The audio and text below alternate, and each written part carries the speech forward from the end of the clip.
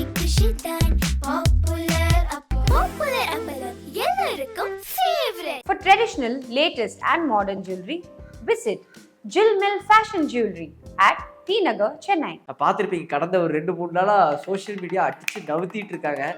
முதல்ல அதை பற்றி சொல்லுங்க. இல்லை, இது எப்படி சொல்றது, வெற்றி அடைய முடியாத இல்லை அவங்களுக்கு ஃபைனான்சியல் ஸ்ட்ராங்காக முடியாத மனிதர்களோட புலம்பல் தான் நான் பார்க்குறேன். ஆனால் என்னை பொறுத்த வரைக்கும் அந்த பர்சனல் ஸ்கூலில் ரொம்ப டீப்பாக போகிறாங்கன்னு தோணுது. அது ரொம்ப இம்பார்ட்டன். அது உண்மை போய் அப்படிங்கிறத தாண்டி இவ்வளோ டீப்பாக ஒருத்தவங்க பர்சனல் லைஃப்பில் போக தேவையில்லை. பெண்களுக்கே ஓரளவு வெறுத்துட்டாங்க. இப்போ எப்படின்னா, நீங்கள் மிஞ்சி போனால் இதை சொல்லி திட்டுவேன், இதை சொல்லி எனக்கு குறைச்சி மதிப்பிடுவோம், அவ்வளோதானே போடா அப்படிங்கிற மாதிரி பெண்களே வந்துட்டாங்க. வணக்க மக்கள், விஜய் பேனஸ். நீங்கள் பார்த்துட்டு இருக்கிறது டேக் ஒன் தமிழ். இன்னைக்கு கூட அருணோதயன் அவர்கள் இருக்காங்க. அவர்கிட்ட நிறைய விஷயங்கள் பேச போகிறோம். வாங்க பேசலாம். வணக்கம்ல. வணக்கம். மீண்டும் உங்களை சந்திச்சல ரொம்ப ரொம்ப சந்தோஷம். பார்த்துருப்பீங்க, கடந்த ஒரு 2-3 நாளாக சோஷியல் மீடியா அடிச்சு நவுத்திட்டு இருக்காங்க. முதல்ல அதை பற்றி சொல்லுங்க. இல்லை, ரொம்ப அதிர்ச்சியாக இருக்குங்க. எல்லாரும் சொல்கிற மாதிரி தான், யூடியூப் சேனல்ஸுக்கு கண்டென்ட் கிடச்சிருச்சு அப்படிங்கிற மாதிரி தான். அதுவும் நிறையா பேசலாம். ஏன்னா யாருமே வாயை அடைக்க போகிறதே கிடையாது. நான் ஸ்டாப்பாக ஒரு வாரம் பேசிட்டே தான் இருக்க போகிறாங்க. ஸோ நிறைய கண்டென்ட் இருக்குது. ஆனால் என்னை பொறுத்த வரைக்கும் அந்த பர்சனல் ஸ்கூலில் ரொம்ப டீப்பாக போகிறாங்கன்னு தோணுது. அது ரொம்ப இம்பார்ட்டன். அது உண்மை போய் அப்படிங்கிறத தாண்டி இவ்வளோ டீப்பாக ஒருத்தவங்க பர்சனல் லைஃப்பில் போக தேவையில்லை. கரெக்டு தானே. இப்போது அட்டாக் பண்ணும்போது அந்த கண்டென்ட்டை அட்டாக் பண்ண மாட்டேங்கிறாங்க, கண்டென்ட்டுக்குள்ளே இருக்கிற பர்சனை அட்டாக் பண்ணுறாங்க. அது முதல்ல இப்போ எதுவாக இருந்தாலுமே பர்சனலுக்குள்ளே தான் போகுதுன்னு நினைக்கிறேன். அது எந்த அளவுக்கு இது வந்தாலும் பர்சனுக்குள்ளே போகுதுங்கிறத தாண்டி இந்த விஷயத்துக்குள்ள பர்சனுக்குள்ளே போகாமல் பேச முடியாதுன்னு நம்புறாங்க. எப்படி இவ்வளோ பவர், ஏன் இவ்வளோ பவர், ஏன் இவ்வளோ டாமினேஷன்? அதுக்கான ரீசன் என்னன்னா, ரொம்ப ஸ்ட்ராங்காக அவங்க இதை தான் எடுத்து வைக்க முடியுது.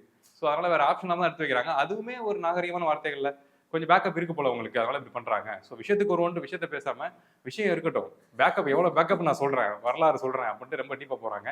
அது அதான் சொல்லலை, உண்மை போய் அப்படிங்கிறத தாண்டி இவ்வளோ டீட்டெயிலிங் ஒரு பொண்ணை பற்றி அப்படிங்கிறது, மீன்ஸ் அவங்க பாயிண்ட் ஆஃப் வியூ பொம்பளையை பற்றி அப்படிங்கிறது, அது ரொம்ப இந்த பிரச்சனைலாம் முடிஞ்சு போனதுக்கப்புறம் அந்த டேட்டாஸ் இன்னும் இருக்கும். எப்படி அவங்க சர்வே பண்ணுவாங்க? கரெக்டு தானே. ஆனால் ஒரு ஸ்டீரியோ டைப்பாக நான் சொல்ல வரல. பெண் அப்படின்னாலே இதில் எடுத்து வச்சா போதும்பா, யார் வந்தாலுமே இதில் நம்ம டெஸ்ட்ராய் பண்ணிடலாங்கிறது ஒரு மைண்ட் செட்டாக மாறிடுச்சு. ஆமாம், அது பொதுவாகவே மாறிடுச்சு. சிம்பிளாக சொல்லிடலாம். பெண்களுக்கே ஓரளவு வெறுத்துட்டாங்க. இப்போ எப்படின்னா, மிஞ்சி போனால் இதை சொல்லி திட்டுவேன், இதை சொல்லி எனக்கு குறைச்சி மதிப்பிடுவோம், அவ்வளோதானே போடா அப்படிங்கிற மாதிரி சொல்லிட்டு பெண்களே வந்துட்டாங்க. ஆக்சுவலி அதான் நடந்துட்டு வச்சுங்களேன் மெஜாரிட்டி கேஸில்.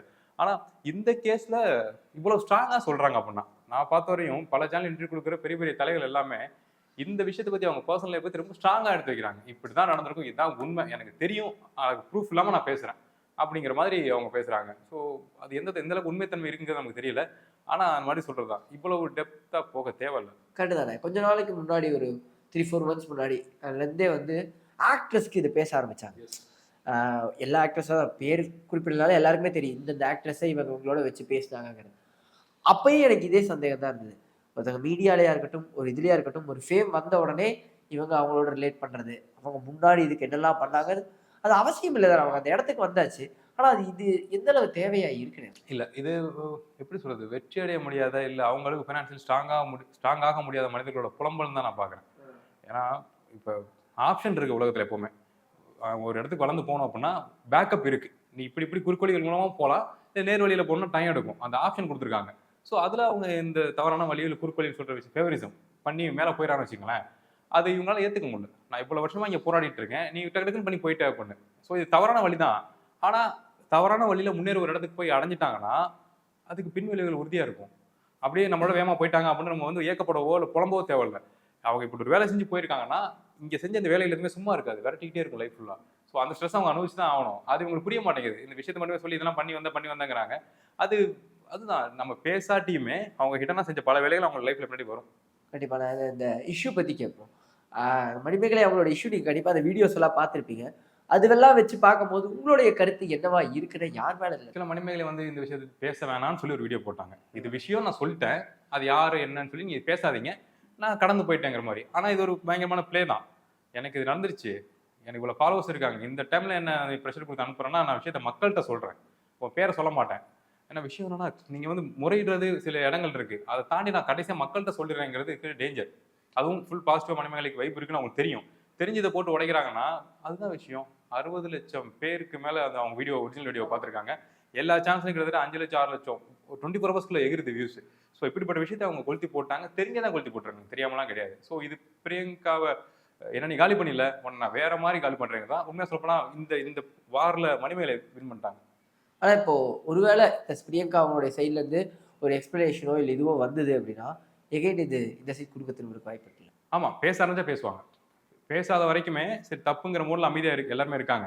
ஒன்ஸ் பேசினா இவங்க இன்னும் பல பேரை கடந்து வந்திருப்பாங்கல்ல. பிரியங்கான்னு நான் சொல்கிறேன், அவங்க பல பேரை டாமினேட் பண்ணி வந்திருப்பாங்கல்ல. சாஃப்டாவோ ஹார்டாவோ டாமினேட் பண்ணி வந்திருப்பாங்க, பல பேர் அமைதியாக போயிருப்பாங்க. ஏன்னா ஒரு லிஸ்ட்டே எடுத்து வைக்கிறாங்க. அந்த பெண்ணால் விஜய் டிவிலேருந்து வேலையை விட்டு போன பெண்கள் சொல்லி நிறையா லிஸ்ட்டே எடுத்து வைக்கிறாங்க வரிசையாக. ஸோ அப்போ அந்த பெண்கள்லாம் பேச ஆரம்பிச்சா இவங்க கதி என்ன வருது? ஸோ பேசாமல் அமைதியாக இந்த குக் வித் கோமாளி ஷோ விட்டுட்டு அவங்க ஷோக்கு போகிறது நல்லதுன்னு எனக்கு தோணும். அண்ட் இது ஒரு டிஆர்பி கேமாகவும் பார்க்கப்படுது. இத்தனை நாள் வரைக்கும் சைலண்டாக இருந்த குக் வித் கோமாளி சடனாக ஒரு பூமு, இன்னும் ஒரு சில ஃபியூ எபிசோட்ஸே இருக்கிற டைமில் இந்த அளவு பூமுங்கிறது ஷோக்கு இந்த மாதிரி ஒரு இது கொடுக்கும். பிகாஸ் பெருசாக பார்க்காதவங்களே வந்து அதை பற்றியே பேசிட்டு இருக்காங்களா? அதனால ஷோக்கு இல்லைங்க, சேனலே காலியாக போகிற மாதிரி இன்டர்வியூ கொடுத்துட்டு இருக்காங்க எல்லாரும். சேனலோட பேஸ் தலைகள் இப்படி வேலை பார்க்குறாங்கன்னு பேச ஆரம்பிச்சிட்டாங்க. இன்கேஸ் அது டீமோட ஒர்க்காக இருந்து ஷோ வந்து ஃபேம் பண்ணலாம்னு சொல்லி பண்ணியிருந்தாங்கன்னா இதை விட ஒஸ்ட் பிளான் வேறு எதுவுமே கிடையாது நான் சொல்லுவேன். ஏன்னா ஒரு ஷோவை நீங்கள் ஃபேம் பண்ணணும்னு சொல்லி இது நீங்கள் சொன்னபடி நான் சொல்கிறேன், ஷோவை ஃபேம் பண்ணணும்னு சொல்லி இந்த வேலையை பண்ணலாம் நீங்கள் நினச்சிங்கன்னா மற்ற சேனல் சொல்லுற போட்டியாளர்கள் இங்கேருந்து அங்கே போனாங்கல்ல அவங்க பேச ஆரம்பிச்சிட்டாங்க. இந்த சேனலுக்குள்ளே இந்த சேனல் விட்டு ஒரு ஸ்டாராக மாறிச்சில்ல, அதுக்கு முன்னாடி இருந்துட்டு ஒரு டீம், அந்த டீமில் உள்ள நபர்கள்லாம் இதை பற்றி பேசுகிறாங்க. சேனல் போகுது, எங்கள் சேனல் கஷ்டப்பட்டு வளர்த்த சேனல் போகுதுங்கிற அளவுக்கு பேசுகிறாங்க. ஸோ இது சரியான பேக் ஃபேர். ஷோவை காலி பண்ணுறாங்களோ இல்லையோ எனக்கு தெரிஞ்சு விஜய் டிவி ஸ்டார் விஜயா அதோட வேல்யூ டோட்டலாக இப்போ பயங்கரமாக குறைஞ்சிட்டு இருக்கு. ஏன்னா பேசுகிற யாருமே மரியாதையாவோ இல்லை சில என்ன சொல்கிறது பெருமைப்படுத்தும் வகையில் பேசலை. மிக மோசமாக இது முடிஞ்சு கதை, இது விஜய் டிவிங்கிறது தானே பிரியங்கா டிவின்னு வச்சுங்கன்னு சொல்லிட்டாங்க. இது எவ்வளோ பெரிய அந்த ஒரு பிராண்டே டக்குன்னு தள்ளுற விஷயமாச்சு இல்லை. ஸ்டார் விஜய்ங்கிறது எவ்வளோ பிராண்டான ஒரு நேம், அது பிரியங்கா விஜய்ன்னு சொல்லி மாற்ற வராங்கன்னா கஷ்டம். ஆனால் இப்போ பிரியங்கா அவங்கள மட்டும் இதில் அட்டாக் பண்ணல, பக்கத்துலேயே நம்மளோட யூடியூபர் இர்ஃபான் அவரையும் வந்து சேர்த்து அட்டாக் பண்ணிட்டு இருக்காங்க. அவங்க அக்கா தம்பின்னு பேசிட்டு தான் அது ஷோவாக போயிருச்சு, அதையும் அட்டாக் பண்ணுறாங்க, அவரையும் அட்டாக் பண்ணுறாங்க. அது எப்படி பார்க்குறேன்? மனிதர்களுக்கு என்னதான் வந்து அரவணைப்பில் இருந்தாலும் ஒரு ஃப்ரீடம் தேவைங்க எல்லாருக்குமே. உங்களுக்கு எனக்கு எல்லாருக்குமே ஃப்ரீடம் தேவை. ஒரு பாயிண்ட் ஒரு குழந்தை கூட ஒரு ஃப்ரீடம் வேணும், ஒரு ஸ்பேஸ் வேணும். இங்கே அவங்க என்ன பண்ணுறாங்கன்னா பிரியங்காங்கிறவங்க அன்பா அண்ணன் தம்பி வா போ வாடா போடான்னு இங்கிட்டு பெண்கள் சைடு ஒரு டாமினேட் பண்ண ஆரம்பிச்சாங்க. பெண்கள் பேசுகிறப்ப இவங்க வாய்ஸ் ஏற்றுனாங்கன்னா அதை தாண்டி யாராலையும் பேச முடியல. பேசணும்னா கத்தணும், அவங்களை தாண்டி பேசணும், நம்ம கத்தணும், அப்போ தான் அவங்க வாய்ஸை தாண்டி நம்மளால் போக முடியும். இங்கிட்டு இவர் ஃபேமான ஒரு பர்சன் யூடியூப்ல பல பேருக்கு தெரியும், பொலிட்டிக்கல் பார்ட்டிலே கொஞ்சம் ஸ்ட்ராங்காக இருக்காப்லங்கிறப்ப ஸோ அவர் மேலே ஒரு மதிப்பு இருக்குது, பயங்கரமாக நாள் போல பார்க்கணும். ஸோ அவரும் ஆண்கள் பக்கம் கவுண்டர் கொடுக்குறது வாயா போயாங்கிற விஷயங்கள்லாம் இருக்குல்ல. ஸோ இந்த 2 பேர் தவிர மற்ற எல்லாரோட சுதந்திரமும் பறி போயிடுச்சு அந்த ஷோக்குள்ள. இவங்களாம் இருக்காங்க, ப்ளஸ் எக்ஸ்ட்ரா சீனும் போடுறாங்க. ஆனால் மற்றவங்களால அது பண்ண முடியல. ஏன்னா இவங்க இது 2 பவர்ஃபுல் அப்படிங்கிற மாதிரி அவங்க காமிச்சிட்டாங்க. நாங்கள் பவர்ஃபுல் அப்படிங்கிற மாதிரி காமிச்சிட்டாங்க, நாங்கள் பேர் அப்படிங்கிற மாதிரி காமிச்சிட்டாங்க, நாங்கள் ஒரு டீம் அக்கா தம்பி டீம் காமிச்சிட்டாங்களா. ஸோ அதனால ஓகே கொஞ்சம் அடங்கியே போவோம். ஏன்னா இன்கேஸ் அவங்களுக்கு பட வாய்ப்புகள் வரலாம், தெரிஞ்ச நபர்கள் இருக்கலாம். ஏன்னா எல்லாருக்கும் படம்ங்கிற சினிமா நோக்கி தான் நகர்றாங்க. ஸோ அப்போ இது மூலமா லிங்க் கொஞ்சம் நம்ம அதை எடுத்துக்கணும் அப்படின்ட்டு அமைதியாக இருக்காங்க. அவங்க ஃப்ரீடம் காலி இந்த 2 பேரோட. ஆனால் இப்போ இத்தனை நாள் வரைக்கும் குக் வித் கோமாளி ஸ்ட்ரெஸ் பஸ்டராக இருந்த விஷயம் இப்போ டோட்டலாக மாறிடுச்சு. அது எப்படி நான் அந்த ஷோ பார்த்தது கிடையாது, ஒரு எபிசோடு கூட பார்த்தது இல்லை. ஆனால் அந்த ப்ரொமோலாம் பார்ப்பாங்கல்ல, ப்ரொமோ பார்த்துட்டு ஒரு தடவை பார்க்கலாம் தாங்க உட்காந்தேன். ஒரு 5 நிமிஷம் 10 நிமிஷம் இருக்கும். மீன்ஸ் நான் பார்க்குறவங்களை குறைச்சி மதிப்பிட்டு சொல்லலை, எனக்கு அது செட் ஆகலை, அலர்ஜியாக இருந்துச்சு. டக்குன்னு வந்துட்டேன். இது என்ன காமெடினா பேசணும், ஃப்ரேமில் பேசணும், பேசி மியூசிக் போட்டு வாங்கிங்கன்னு கோமாளித்தனமாகவே இருக்குது, ரொம்ப செயற்கைத்தனமாக இருக்குது கோமாளித்தனம் தாண்டி. ஸோ அதனால் நான் அதை பார்க்கல. ஆனால் ஒரு விஷயம் சென்ஸ் ஆச்சு, இந்த ஷூட் முடிஞ்சு கட் பண்ணுவாங்கல்ல அப்படிவாங்க எல்லாருமே. என்னை பொறுத்த வரைக்கும் அந்த செட்டில் இருக்க எல்லாருமே டெட்டலி உட்காந்துருவாங்கன்னு நினைக்கிறேன். அவ்வளோ ஸ்ட்ரெஸ் அதுக்குள்ளே இருக்குது.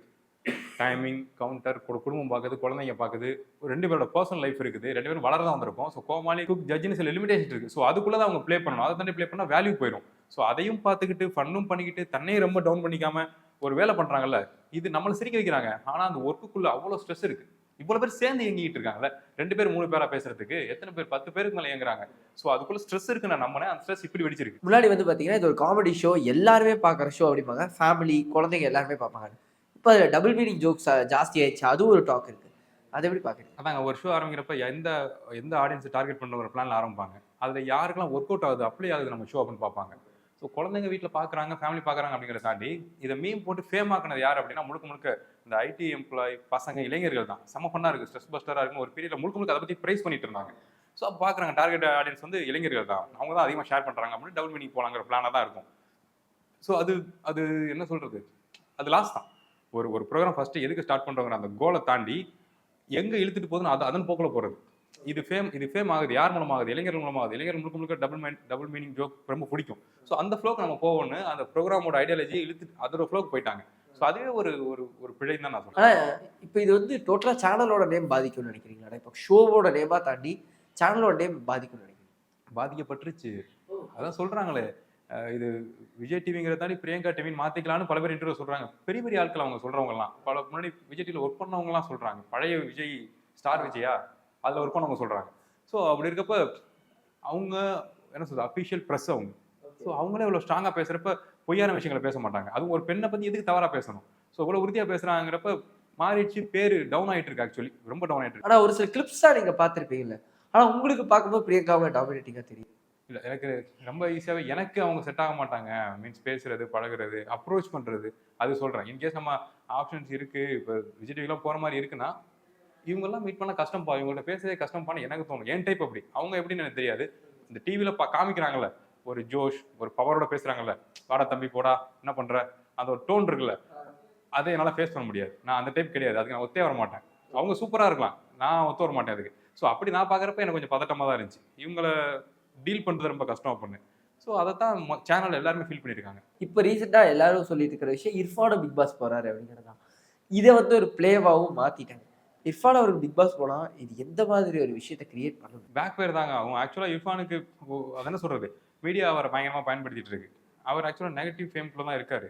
அதை அவர் காமிக்காமல் அவரை முழுக்க முழுக்க யூஸ் பண்ணிட்டு அவர் ஆர்டர் விட்டு கோமாளித்தனமாக யூஸ் பண்ணிட்டு இருக்காங்க. அது அவருக்கு தெரியல. இப்போதைக்கு பிக் பாஸில் போட்டாலுமே அடிச்சு காலி பண்ணி முடிச்சிருவாங்க பிக் பாஸோட அவரை. எனக்கு அப்படி தான் தோணுது. ஏன்னா விஷயங்கள் அப்படி இருக்குல்ல, இன்னும் தீர்க்கப்படாத மர்மங்கள் நிறைய இருக்குல்ல. ஒரு யூடியூபர் வந்து உள்ள போய் வெளில வந்து அமைதியாக ஆஃப் பண்ணிட்டாங்கல்ல, சேர்ந்து எல்லாரும் அவரை அடங்கிட்டார்ல. உண்மையே சொல்லிட்டாரு வந்து இன்டர்வியூஸ்லாம், சில இன்டர்வியூல. ஆனால் சொல்லிட்டு அடங்கிட்டார்ல, உங்களை எதுவும் பண்ண முடியாது பாட்டு அடங்கி ஆஃப் ஆகி போயிட்டார்ல. ஸோ இப்போ ஒரு வேலைகள் பண்ணிக்கிட்டு நீ சிரிச்சுட்டு ஜாலியாக டான்ஸ் ஆடிட்டு தெரியும், நாங்கள் அதை பார்க்கணுங்கிற மூலம் வாட்ச் பண்ணிட்டு இருக்காங்க. நீ யார் என்ன மாடி எப்போ மாட்டுவாங்கிற மூலம் தான் மக்கள் பார்த்துட்டு இருக்காங்க. குறிப்பாக இளைஞர்கள், யூடியூப் ஃபாலோ பண்ணுற இளைஞர்கள். ஏன்னா பசங்களுக்கு தெரியும் எது உண்மை போய்ங்கிறது கிளியராக தெரியும். தெரிஞ்சுட்டு அமைதியாக பார்த்துட்டு இருப்பாங்க, ஒரு நாள் மாட்டுவோம் அப்படின்னு. ஸோ அந்த மூலம் தான் அவர் இருக்காரு. அவரை வச்சு விளாண்டுட்டு இருக்காங்க. ஆனால் பிரியாணி பட் திரும்பி வந்தபோது எல்லாரும் திருப்பி அவர் என்ன பேச போறான்னு பார்த்தாங்க. பட் அவர் அப்படியே சைலன்ஸை வெயிட்டேட் பண்ண ஆரம்பிச்சிட்டாரு. அதை எப்படி பார்க்குறீங்க? அவர் உண்மையை தெரிஞ்சுக்கிட்டாருங்க. ஒரு மனுஷனால எவ்வளவு முடியுமோ அவ்வளோதான் முடியும். ஈவன் சப்போர்ட் இருந்தாலுமே ஆளும் கட்சிக்கு எதிராக நீங்கள் ஸ்ட்ராங்கான பாயிண்ட்லாம் எடுத்து வச்சுட்டு, அதுவும் என்ன சொல்கிறது, ஸ்ட்ராங்கான பாயிண்ட் எடுத்து வைக்கலாம், நான் கூட எடுத்து வைக்கலாம். ஆனால் இடம் இந்த ஓட்ட வாயின் ஒன்று இருக்குல்ல, குசும்புத்தனம், அது ஒர்க் அவுட் ஆகாது. நம்மளோட பெரிய குசும்பு பிடிச்சவங்களாம் அரசியலில் இருக்காங்க இன்னுமே. குசும்பு வேலைகள் பண்ணிட்டு இப்போவும் அரசியலில் இருக்காங்க. பிதுக்கி போட்டுருவாங்க. ஸோ அவங்களுக்கு தெரியாத வித்தைகளே கிடையாது. அசால்ட்டாக கேஸில் இப்போ நல்ல நேரம் இருக்கு. பிரியாணி மேனுக்கு வந்துட்டார், 1 வீக்கில் வந்துட்டார். அவங்க நினச்சிருந்தா பிடிச்சி உள்ளே வச்சிருக்கலாம். அவர் ஒரு 6-7 மாதம் வச்சிருக்கலாம், நினச்சிருந்தா வச்சிருக்கலாம். ஸோ எல்லாம் வந்துட்டார். ஸோ அந்த வகையில் ஆளுங்கட்சியை பற்றி விமர்சனம் பண்ணுறது தைரியம், நல்ல விஷயம், பேசலாம். ஆனால் அதுக்கு பயன்படுத்துகிற வார்த்தைகள் ஒன்று இருக்குது. ஸோ அதை அவர் புரிஞ்சுக்கிட்டு இருப்பாருன்னு நினைக்கிறேன். எனக்கு தெரிஞ்சு அவர் பேச மாட்டார். ஏன்னா அவருக்கு ரியாலிட்டி தெரிஞ்சு போச்சு. என்ன வேணால் பண்ண முடியும், நம்மளால் என்ன வேணால் பண்ண முடியும் தெரிஞ்சு போச்சு. அதனால் அமைதியாகிறேன் சொல்லிட்டு அமைதியாயிட்டார், அவ்வளோதான். ஓகேண்ணா. இப்போது இந்த குக் வித் கோமாளி இந்த இஷ்யூலாம் தாண்டி இப்போ டோட்டலாக வந்துட்டு நான் ஆல்ரெடி சொன்ன மாதிரி சொசைட்டியாகவே ஒருத்தங்களை டாமினேட் பண்ணணும்னா பர்சனல் அடிச்சிடலாம் அப்படிங்கிற ஒரு தாட் வந்துருச்சுல்ல, அது சரியா தப்பா? தவறு தாங்க, என்ன பற்றி முழு தவறு. ஏன்னா அது நீங்கள் கருத்து மூலமாக, நான் செஞ்ச தப்பு மூலமாக பேசினா அதை டீல் பண்ண முடியும் நம்மளால்.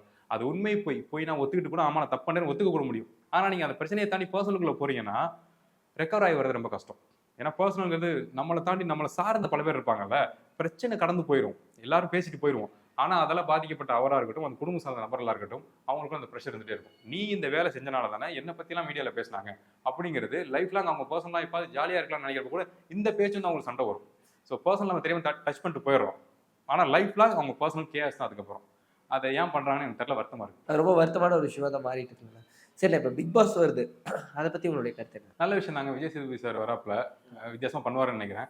எனக்கு தெரிஞ்சு எஸ் அவர் பார்த்துருப்பார், சென்ஸானாலு. எனக்கு அவர்கிட்ட பிடிச்ச விஷயம் என்ன அப்படின்னா, கமல் சார் வந்து ஒரு பொலிட்டிக்கல் பார்ட்டி வச்சிருந்தாரு, அதை நோக்கி நகர்ந்தாரு. பாயிண்ட்ஸ்லாம் அவர் கருத்தியல் அதை நோக்கி தான் வச்சாப்புல. ஆனால் இவருக்கும் ஒரு ஐடியாலஜி இருக்குது, விஜய் சேதுபதி சாருக்கும் ஒரு ஐடியா இருக்குது. ஆனால் ஸ்டில் அதை பெருசாக பூத்த மாட்டார் நான் நம்புறேன். ஓகே, அது போக எனக்கு தெரிஞ்சு கமல் சொல்கிறாங்க, அந்த ஆட் ப்ரொமோவில் சொல்கிறாங்க, பார்த்து பக்குவமாக நடந்துக்காதீங்க, இறங்கி அடிங்க, ஃபேவரிசம் சைட்லாம் பார்த்து கரெக்டாக அடிங்க, அப்பப்போ அடிங்க அப்படிங்கிறாங்க. கமல் சாரோட மென்மையானவர் விஜய் சேது சார். பேச்சில் விஷயங்களை அணுகிறது. பிரச்சனை ஒன்று இருக்குன்னா அவர் வந்து பிரச்சனை செஞ்ச நபர்கிட்டையும் கேட்பாரு, பாதிக்கப்பட்ட நபர்கிட்டையும் கேட்பாரு. அது மாறி கூட இருக்கலாம், கிரே ஷேடில் நம்பிக்கை கொண்ட நபர்னு நினைக்கிறேன் அவர். ஸோ அப்படி இருக்கப்ப கமல் சாரோட ஒரு என்ன சொல்கிறது, அமைதியாக அந்த பிரச்சனையை கேட்கக்கூடிய நபர் தான். ஆனால் அது வேண்டாம் எங்களுக்கு அப்படிங்கிறாங்க மக்கள். ஸோ அவர் அந்த ஷோக்கு ஒரு இன்ட்ரோ கார்டாக கொடுத்துட்டு போயிருந்தானா கூட அது சாதாரணமாக இருக்குன்னு நினச்சிருப்போம். கடைசி ஒரு சிரிப்பு சிரிக்கிறார்ல, ஸோ அது நல்லா இருக்கு. அதுக்காக தான் நான் வெயிட் பண்ணுறேன். ஆனால் அதே மாதிரி போகிற போக்கில் கமல்ஹாசனே அட்டாக் பண்ணிட்டு போயிட்டாங்க, அவரே அட்டாக் பண்ணிட்டாங்க. வாழைக்காய் பஜ்ஜி மாதிரி வளவளன்னு பேசாம மிளகா பஜ்ஜி மாதிரி சுருன்னு பேசுகிறது direct attack and Kamal sir மாதிரி இருக்கேன். இதை எப்படி பாக்குறீங்க? ஆமாங்க, டீமுக்குள்ள இப்ப மக்கள் நம்ம சொல்றோம்ல இது தப்பா இருக்கு, சார் ஏன் ஸ்ட்ராங்கா பேச மாட்டாரு, அவர் ஒரு பல்சனால அவர் பிராட் நாலேஜ் அவர். ஆனா ஓகே, இங்க இருக்க மனிதர்கள் அவர் அளவுக்கு நாலேஜ் இல்லை, ஷோக்குள்ள உள்ளவங்க நான் சொல்றேன், அவரோட நாலேஜ் கிடையாது. ஸோ அப்போ அவங்களுக்கு புரியுற விதத்துல சொன்னா கரெக்டா இருக்கும். ஹார்டா சொன்னா நம்ம பண்ண தப்புன்னு புரியும். அதை போன சீசன்ல அவர் பண்ணல, அது எல்லாருக்குமே தெரியும், அவர் மேல குறையே வந்துச்சு. ஸோ ஷோக்குள்ள இருப்பாங்கல்ல, டேட்டா எடுப்பாங்கல்ல, அவங்களுக்கும் தெரியும் மக்கள் இதை எதிர்பார்க்குறாங்க, அதுதான் சரியும் கூட. சாரியா அதை பண்ண மாட்டாரு அப்படிங்கிறது மைண்டுக்குள்ள இருந்திருக்கும்.